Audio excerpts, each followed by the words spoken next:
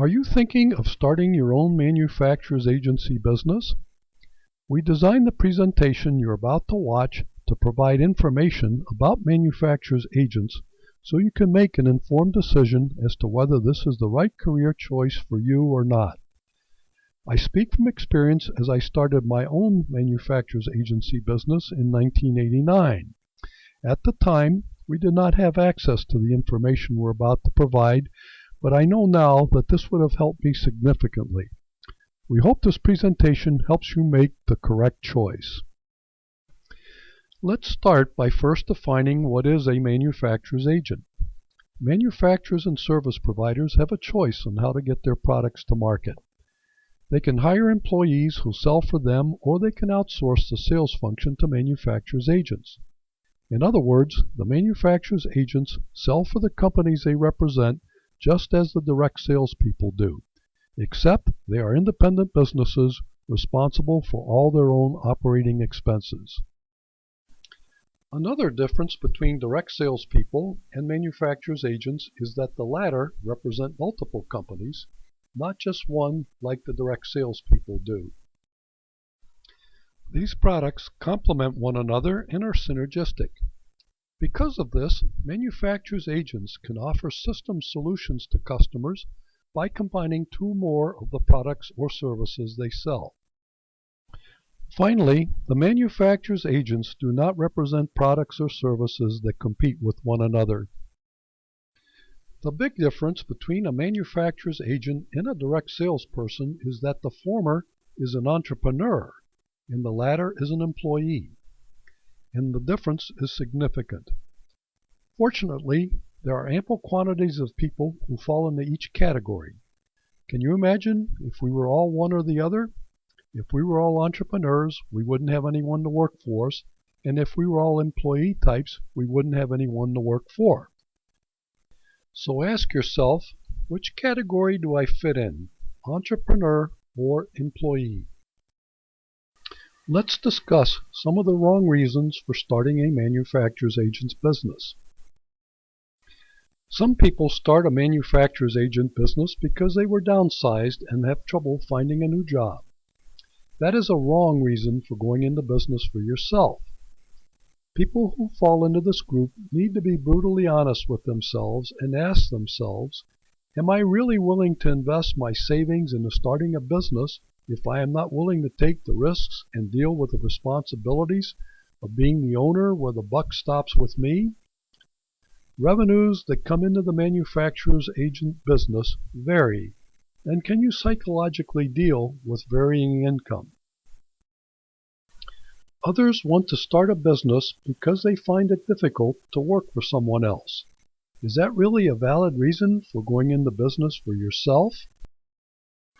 Let's focus on the right reasons for starting a manufacturer's agency business. The only valid reason is that you are an entrepreneur. You recognize that business owners are willing to take risks in order to reap the rewards. They do not want limits put on their ability to succeed. How well they succeed depends mostly on how well they operate as a complete and professional business person. They are driven to succeed and have staying power. They operate as business people in sales, not as in salespeople in business. About a third of the new members who come to MANA each month are startups. Most have great selling skills and strong relationships with customers. What they lack are business skills, so let's talk about those and what ones you specifically need to operate a manufacturer's agent business. The first one is business planning. You need to create a business plan for your business to get you from where you are today to where you want to be in the future. Without a plan, how do you know where you will end up? You also need to know how to select the right companies to represent. Customers like to buy from those they know and trust. If you worked hard to develop that kind of relationship with your customers and they look at you as a trusted problem solver, the last thing you want to do is represent a company that turns you into a problem creator.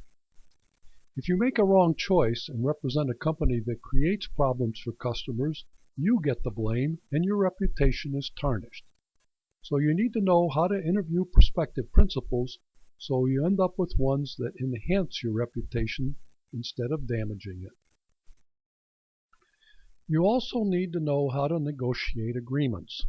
Salespeople who pay their expenses and don't think and act like business people are intimidated by larger manufacturers and just sign and return whatever agreement the manufacturer sends. Professional business owners make sure any agreement they do sign protects their manufacturer's agency business and also works for their principals as well. Business owners also know the importance of effective marketing. And in this case, we're talking about marketing to principals. First, when they are interviewing prospective companies to represent, the more effective you can market your business, the higher the quality of company you represent. Secondly, they know the importance of continuing to market themselves to the companies they already represent to prevent from being terminated for doing too good of a job, which unfortunately happens to manufacturer's agent. The manufacturers either resent the income the agent makes or misguidedly believe they can save money by going direct. Let's discuss some of the factors you want to consider as you go through the process of deciding whether this is the right career choice for you or not. What's your reputation in the industry you want to sell into? I mentioned earlier that customers like to buy from those they know and trust. Do you have potential customers who know you, trust you, and buy from you? If yes, that helps. If not, better figure on a much longer period before you become profitable. That means you will need significantly more financial capital to keep you operating until you achieve profitability. Speaking of capital, how do you plan to finance the period when you get going and before the commission checks get larger than the expenses you pay out? Can you keep going for at least a full year, maybe two, before you become profitable? Don't make the incorrect assumption that you can line up several principals and start earning commissions in a matter of weeks or just a few months. That's not the real world in which we live. How committed are you once you decide to pursue this career choice? After you start your business, how do you plan to deal emotionally with the fact that it may be months before you start to book any new business? Do you have it in you to keep forging ahead even when you feel discouraged or depressed? Don't believe for a second that starting this kind of business is easy. It's tough, and if you accept this fact and prepare yourself to deal with the negativity and tough it out, you will make it and succeed. An alternative to starting your own business would be to find an owner of a manufacturer's agent business who plans to retire in the near future and who wants to sell the business.